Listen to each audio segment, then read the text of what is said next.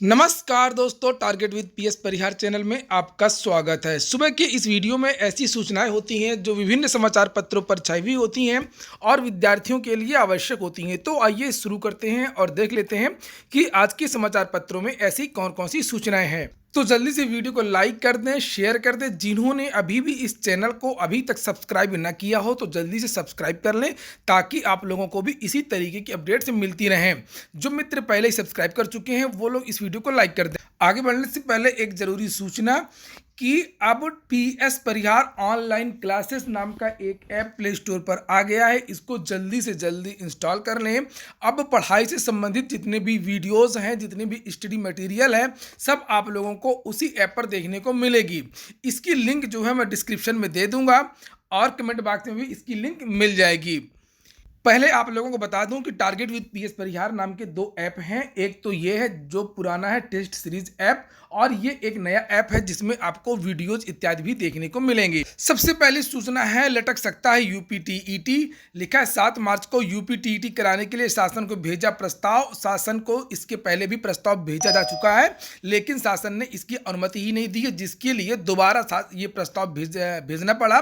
और जानकारी ये मिली है कि अगर 10-15 दिन के अंदर यूपीटीईटी की अनुमति नहीं मिलती है तो फिर यह परीक्षा पंचायत चुनाव के बाद ही होगी। पंचायत चुनाव मार्च अप्रैल के बीच में प्रस्तावित है, तो कभी पंचायत चुनाव और उसके बाद में विधानसभा चुनाव। आप लोग समझ सकते हैं जब यूपीटीईटी का ये हाल है तो भर्तियों का क्या होगा। नीचे लिखा है कि उत्तर प्रदेश शिक्षक पात्रता परीक्षा यूपीटीईटी 2020 कराने के लिए सचिव परीक्षा नियामक प्राधिकारी ने 7 मार्च की तिथि का प्रस्ताव भेजा है, और सचिव की ओर से भेजे प्रस्ताव पर शासन ने यूपीटीईटी कराने की अनुमति तो दी तो जनवरी के तीसरे सप्ताह तक आवेदन की प्रक्रिया शुरू हो जाएगी। और जानकारों का यह कहना है कि शासन की ओर से मतलब ये है कि जल्दी जल्दी अगर शासन ने ध्यान नहीं दिया तो यूपीटीईटी भी अभी लटक सकता है। फिलहाल काफ़ी कुछ चीज़ें हैं जो 2-4 दिन में स्पष्ट होने वाली हैं। अगली सूचना है आरक्षण में होने वाले बड़े बदलाव की। लिखा है कि प्रदेश के पिछड़ा वर्ग कल्याण मंत्री अनिल राजभर का महत्वपूर्ण बयान। 3 भागों में बढ़ जाएगा 27% आरक्षण।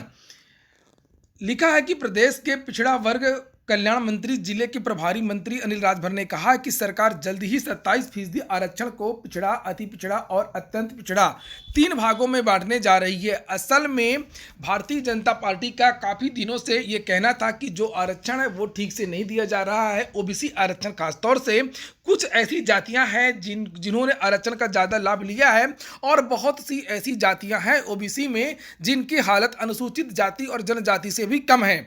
इसलिए आरक्षण को सही ढंग से पालन करने के लिए इसको 3 भागों में बांटा जाएगा। जो संपन्न जातियां, जो मजबूत जातियां हैं, उनको एक वर्ग में रखा जाएगा, उसके बाद में दूसरे वर्ग में, इसके बाद में तीसरे वर्ग में। उसी के बारे में यहाँ नीचे लिखा हुआ है कि वे मंगलवार को गंगा बहुउद्देशीय सभागार में आयोजित राजभर युवा संवाद कार्यक्रम में बोल रहे थे। उन्होंने कहा कि पिछली सरकार में पिछड़े वर्ग को मिलने वाले 27% आरक्षण में से 67% का लाभ एक जाति विशेष को मिला, लेकिन अब ऐसा नहीं होगा। इसलिए समय की कीमत समझे। मैं आपसे केवल 5 साल मांग रहा हूं, फिर आप जो चाहेंगे वही होगा। बसपा को तो इन्होंने यही सब बातें यहाँ पर लिखी हुई हैं कि इनका मुद्दा क्या है और ये क्या करने वाले हैं। इसके पहले जो मंत्री थे ओम प्रकाश राजभर, उनकी भी यही मांग थी।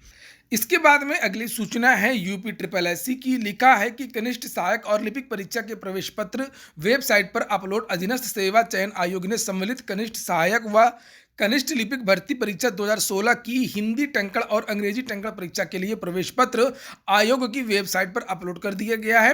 आयोग के चेयरमैन प्रवीर कुमार ने बताया है कि कनिष्ठ सहायक व कनिष्ठ लिपिक के रिक्त 536 पदों पर भर्ती होनी है। लिखित परीक्षा के जरिए टंकण परीक्षा के लिए 4264 अभ्यर्थी योग्य पाए गए हैं, और इनकी टंकण परीक्षा 13 से 23 जनवरी तक राजकीय औद्योगिक प्रशिक्षण संस्थान अलीगंज लखनऊ में प्रतिदिन 2 पालियों में होगी। टंकण परीक्षा में आने वाले अभ्यर्थियों के एक विस्तृत एसओपी जारी की गई है। यूपी SSSC के बारे में कुछ अंदर की खबरें भी हैं कि जैसे कि यूपी SSSC बहुत ही जल्दी पीईटी की घोषणा कर सकता है परीक्षा की, और जानकारी ये मिली है कि जनवरी के महीने में ही इसका जो नोटिफिकेशन है वो जारी किया जा सकता है, जनवरी के लास्ट सप्ताह में। 25 जनवरी के बाद से पीईटी के बारे में कोई ना कोई बड़ी खबर निकल करके आएगी। कुछ ऐसी भी भर्तियों की चर्चा है कि केवल पीईटी के बाद में जो स्किल टेस्ट होगा वो करवा लिया जाएगा, और उसके बाद में उनको ज्वाइनिंग दे दी जाएगी, खास तौर से जूनियर असिस्टेंट इत्यादि की भर्ती। अगली सूचना है टीजीटी और पीजीटी भर्ती की। जो जानकारी निकल करके आ रही है कि टीजीटी और पीजीटी का जो विज्ञापन है, संशोधित विज्ञापन, वो भी इसी महीने जारी किया जा सकता है। वहीं पर कुछ विद्यार्थियों की जो मांगे हैं वो पूरी नहीं हुई हैं। जैसे जीव विज्ञान को तो शामिल कर लिया गया है, लेकिन कंप्यूटर विषय को शामिल नहीं किया गया है। कंप्यूटर के जो विद्यार्थी हैं, बीटेक के जो विद्यार्थी हैं, वो लगातार मांग कर रहे हैं कि उनको भी साइंस और गणित में शामिल किया जाए। इन विद्यार्थियों ने कोर्ट में केस कर दिया है और चूंकि सरकार ने इनकी मांगों को माना नहीं है। कंप्यूटर विषय एलटी ग्रेड शिक्षक भर्ती में भी रहा है और बहुत सारी जो भर्तियां हैं उसमें भी कंप्यूटर विषय को शामिल किया गया है। अनेक राज्यों ने भी जो बीटेक के विद्यार्थी हैं उनको मौका दिया है विज्ञान और मैथ में, लेकिन यहाँ बीटेक और बीएड अभ्यर्थियों को यहाँ पर कोई चांस नहीं दिया है। इसलिए ये अभ्यर्थी कोर्ट चले गए हैं और इस केस की जो सुनवाई है, यानी कि बीटेक और बीएड को शामिल करने की जो सुनवाई है वो आज होनी है। जैसे इन छात्रों ने यह भेजा है कि जैसे कि कुछ स्टेट जैसे बिहार, मध्य प्रदेश, छत्तीसगढ़ और तमिलनाडु, वहां की राज्य सरकारों ने बीटेक बीएड के छात्रों को टीजीटी मैथ और साइंस के लिए एप्लीकेबल किया है और तेलंगाना और मद्रास हाईकोर्ट ने भी इसी साल वहां की सरकारों को ऐसे अभ्यर्थियों को शामिल करने का आदेश दिया है। क्योंकि उत्तर प्रदेश में अभी यह व्यवस्था लागू नहीं है, इसलिए ये विद्यार्थी अब कोर्ट चले गए हैं। ये देख सकते हैं आप लोग, ये 21 दिसंबर को फाइल किया गया था। 6 जनवरी यहाँ पर डेट पड़ी हुई है। आज फ्रेश केस के रूप में सुना जाएगा। मुनीश्वर नाथ भंडारी, रोहित राजन अग्रवाल जी जो जज हैं उनकी बेंच में, और जो जिन्होंने दाखिल किया है वो हैं Gaurav Mishra and 4 others versus state of UP and 3 others. तो इन विद्यार्थियों ने केस किया है। जो अपडेट होगी आपको मैं इस चैनल के माध्यम से शाम को दे दूंगा। अगली सूचना है एलटी ग्रेड शिक्षक भर्ती की। लिखा है इस माह मिल जाएंगी चयनितों की फाइलें। कल कुछ अभ्यर्थी गए थे उत्तर प्रदेश लोक सेवा आयोग और बहुत सारी मांगों को लेकर के। वहीं पर कुछ जानकारी निकल करके आई है। यहाँ पर लिखा है कि एलटी ग्रेड हिंदी एवं सामाजिक विज्ञान विषय के चयनित अभ्यर्थियों की फाइलें इस माह उच्च शिक्षा निदेशालय को भेज दी जाएंगी। मंगलवार को उत्तर प्रदेश लोक सेवा आयोग में ज्ञापन देने पहुंचे अभ्यर्थियों को आयोग की मीडिया प्रभारी पुष्कर श्रीवास्तव ने यह आश्वासन दिया। हिंदी में एलटी ग्रेड के 1432 और सामाजिक विज्ञान में 1851 पदों पर चयनित अभ्यर्थियों के अभिलेखों का सत्यापन काफी पहले पूरा हो चुका है, लेकिन अभ्यर्थियों की फाइलें माध्यमिक शिक्षा निदेशालय को न भेजे जाने से उनकी नियुक्ति फंसी हुई है। मंगलवार को एलटी समर्थक मोर्चा के बैनर तले अभ्यर्थियों ने आयोग के मीडिया प्रभारी के माध्यम से अध्यक्ष को संबोधित ज्ञापन सौंपा। मीडिया प्रभारी ने अभ्यर्थियों को बताया कि दोनों विषयों में महिला वर्ग की फाइलें इसी सप्ताह शिक्षा निदेशालय को भेज दी जाएंगी और इन दोनों विषयों की पुरुष वर्ग की फाइलें 15 जनवरी तक निदेशालय को अवश्य भेज दी जाएंगी। वहां पर कुछ और बातें भी हुई लोक सेवा आयोग में कि आखिरकार जो प्रतीक्षा सूची कब तक आएगी। तो जानकारी ये मिली है कि प्रतीक्षा सूची जब तक सभी विद्यार्थियों की नियुक्ति नहीं हो जाती है उसके बाद में रिक्त पदों का ज्ञापन मांगा जाएगा। सरकार से अनुमति ली जाएगी वेटिंग लिस्ट निकालने के लिए, उसके बाद में ही प्रतीक्षा सूची जारी की जाएगी। तो लगभग 2-3 महीने का समय प्रतीक्षा सूची में और लग सकता है। वहीं पर मीडिया रिपोर्टों को माने तो मीडिया रिपोर्ट में आजकल नई शिक्षक भर्तियों को लेकर के काफ़ी सूचनाएं आ रही हैं। यहाँ पर देख सकते हैं ये एबीपी गंगा न्यूज है जिसमें लिखा है कि माध्यमिक शिक्षा के इंटर कॉलेजों में होगी 8,166 पदों पर भर्ती। बात हो रही है एलटी ग्रेड की नई शिक्षक भर्ती की। इसके लिए शासन भी अनुमति दे चुका है और हो सकता है कि ये भी भर्ती इस साल आपको देखने को मिले। अगली सूचना है गणतंत्र दिवस पर नहीं आएंगे बोरिस जॉनसन। प्रतियोगी परीक्षा में बहुत पूछा जाता है ये प्रश्न और प्रत्येक गणतंत्र दिवस में किसी न किसी देश के राष्ट्राध्यक्ष या किसी न किसी देश के प्रधानमंत्री इत्यादि को या बड़ी हस्ती को बुलाया जाता है गणतंत्र दिवस में।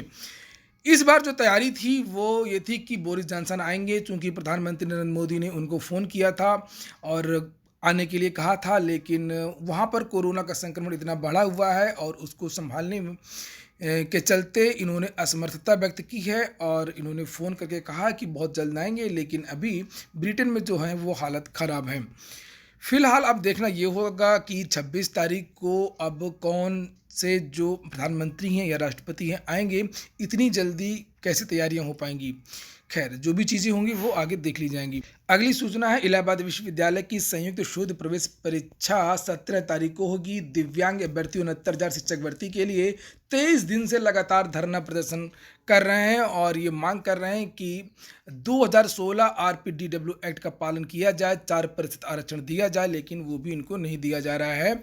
इसके बाद में उत्तर प्रदेश सरकार यूपी में एमबीबीएस और बीडीएस का इंटर्नशिप भत्ता अब 12,000 देगी, पहले 8,7500 दिया करती थी। बात कर लेते हैं एसएससी की। एसएससी एमटीएस भर्ती 2021 इस दिन जारी हो जाएगा। एसएससी एमटीएस का नोटिफिकेशन 10वीं पास को निकलेगी बम्पर भर्ती।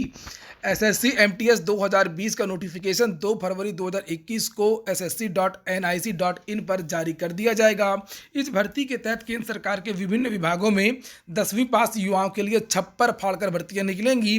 कर्मचारी चयन आयोग के कैलेंडर के मुताबिक मल्टीटास्किंग स्टाफ के पदों पर भर्ती के 2 फरवरी 2021 से ही ऑनलाइन आवेदन कर सकेंगे। ऑनलाइन आवेदन की जो लास्ट डेट है वो 18 मार्च 2021 होगी।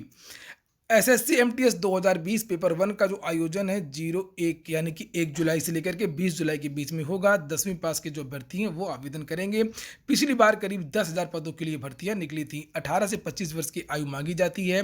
ओबीसी, एससी, एसटी इत्यादि को 5 साल की छूट भी दी जाती है। वहीं पर एसएससी की एक सूचना और है कि वहां पर विद्यार्थी रिजल्ट की मांग कर रहे हैं। एसएससी सीजीएल 2019 टीयर 3 टीयर 2 का जो रिजल्ट है वो विद्यार्थी मांग कर रहे हैं। इसमें ट्विटर अभियान छेड़े हुए हैं और यहाँ पर ये देख सकते हैं, इन्होंने लिखा है अभिनव मैथ्स, अगर एसएससी की ही भर्ती प्रक्रिया की तरह चुनाव की प्रक्रिया कर दी जाए तो जनाब कैसा रहेगा। बहुत सारे लोगों को इन्होंने टैग किया है और बहुत सारे विद्यार्थी इस समय एसएससी सीजीएल 19 टीयर 2 टीयर 2 के रिजल्ट की मांग कर रहे हैं। यूपी बोर्ड में जो छात्रवृत्ति के लिए आवेदन अब 5 फरवरी तक कर सकते हैं। लिखा यूपी बोर्ड की इंटरमीडिएट परीक्षा 2020 उम्दा अंकों से उत्तीर्ण करने वाले मेधावी अब छात्रवृत्ति पाने के लिए 5 फरवरी तक ऑनलाइन आवेदन कर सकते हैं। तो ठीक है दोस्तों, ये हो गया आज का वीडियो।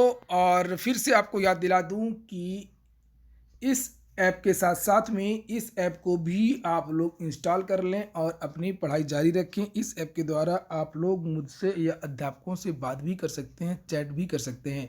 पीएस परिहार ऑनलाइन क्लासेस, इसकी जो लिंक है मैं डिस्क्रिप्शन में और कमेंट बॉक्स में दे दूंगा। पूरा वीडियो सुनने के लिए बहुत बहुत धन्यवाद।